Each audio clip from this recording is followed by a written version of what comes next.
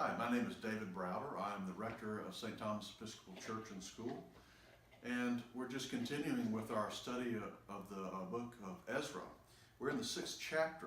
The returned exiles had faced some opposition from some of the peoples of the land, and they petitioned King Darius of Persia and to find the decree that Cyrus had given to the people of Israel. And they find it. They don't find it in Babylon, but they find it somewhere else.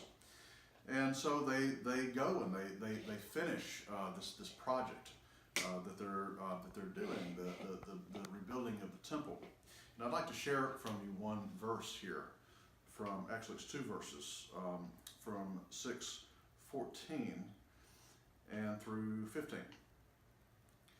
And the elders of the Jews built and prospered through the prophesying of Haggai the prophet and Zechariah the son of Iddo. They finished their building by decree of the God of Israel and by decree of Cyrus and Darius and Artaxerxes, king of Persia. And this house was finished on the 3rd day of the month of Adar, in the 6th year of the reign of Darius the king. Now, what did the returned exiles need? All through this time, they were the beneficiaries of the sovereign working of God, changing the hearts of kings, changing the hearts of rulers, thwarting the plans of opponents.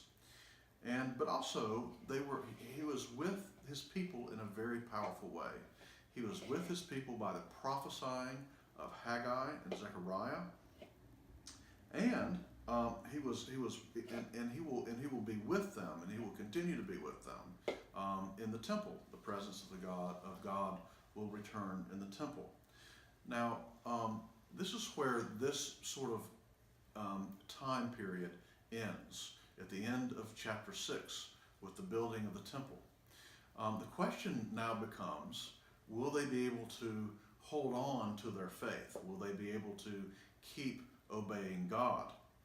And what we find here, because we have two generations that go before chapter 7 begins, and what we find is these people, just like us, need the constant Word of God, the constant presence of God, but especially the constant Word of God. Someone to expound the Word of God, to tell them, thus saith the Lord, to help them understand the law, the Scriptures. And that's what they need. And think about you for a second. Forget about the church and the school for a minute. What would the world be without the Word of God in your life and the Word of God in my life? How would that look? How would that feel? My guess is it would be a very cold place without the Word of God, without the presence of God. But here they have this, and this Word of God spurred them to finish the things that they needed to finish.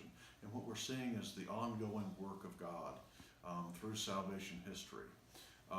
Next, we're going to see the arrival of Ezra, the preacher, the prophet, who is going to reform a wayward returned exiles. So tune in with me next time, and we'll begin in chapter 7, and we'll meet the man Ezra. Thank you for listening, and I look forward to seeing you next week.